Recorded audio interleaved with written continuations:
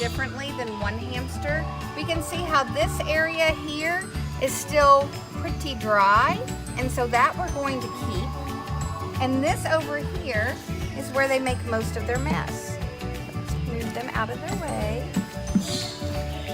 Now you can either take your hands and clean, or you can use a scoop. And you get as much of this stuff up as possible. And then you take your rag and you clean in the areas where they go to the bathroom. Now since this is dry, we can fluff this up. What you want to do, since we clean our cages every day, we just want a thin layer to cover. If you were at home, you probably want about a 2-inch thick layer, because most people at home clean their cages once a week. We clean them every day. As far as their food, you pick out any of the bedding pieces that they have put in.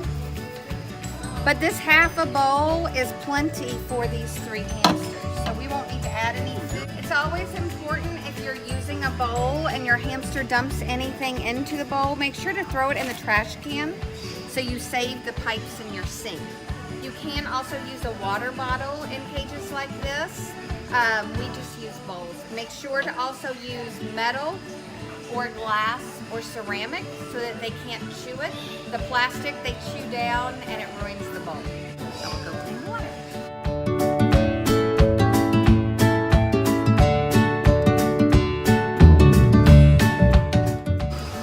As with all bowls, you want to make sure that you clean all the surfaces. Make sure you get out any slime that grows bacteria. You wouldn't want to drink out of a slimy glass.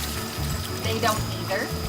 Rinse, rinse, fill. Now I usually fill theirs up 3/4 full so that they don't have to bend over too far to get into it. I don't want them to fall into their water dish and drown.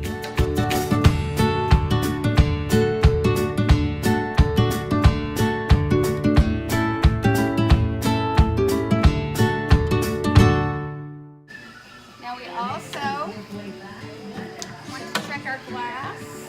We rub off any spots.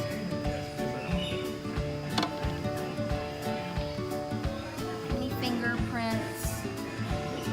So that they can see nice and clear out of their cage. Always make sure to put the top on the cage. Now, if you only have one hamster in here, usually the hamster is very clean. However, this hamster likes to spill his water in his bedding. And so we take out the food and the water. And for this one, we're going to clean out all of it. Now, if this area was dry, we wouldn't be cleaning out this. We would be saving it. Only if it's wet or if it's stinky and you can smell because you're cleaning the cage. And so you want to make sure you take it all. So the hamster cages, you actually do have to have a little thought because they aren't cleaned the same depending upon how many hamsters are in there. And so make sure to clean in the corners because that's where they like to use the bathroom.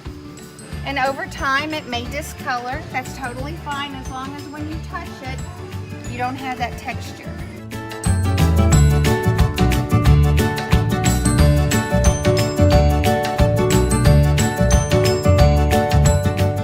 And you want to just cover the bottom.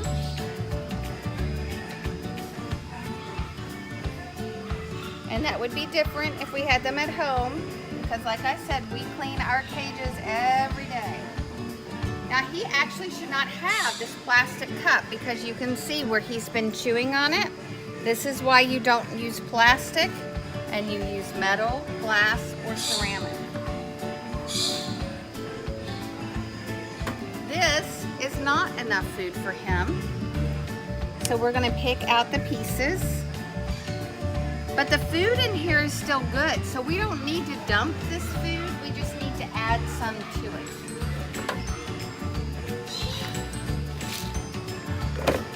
And just half a cup, you don't need to overfill it. And I always put the food and water towards whatever side is going to be closer to you, because they're going to go to the food.